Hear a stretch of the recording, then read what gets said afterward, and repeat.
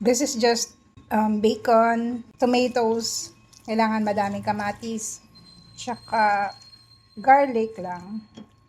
And then yung mga herbs, basil, and then oregano.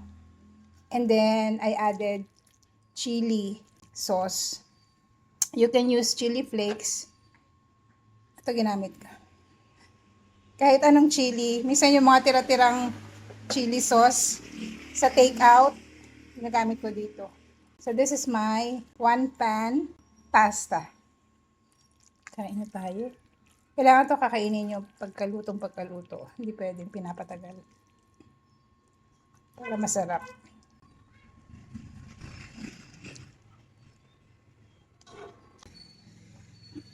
Basically, that's it. Ginisa lang sa olive oil.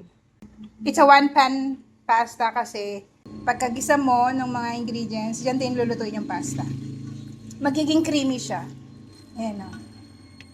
Because of the starch nung ating pasta. Sarap.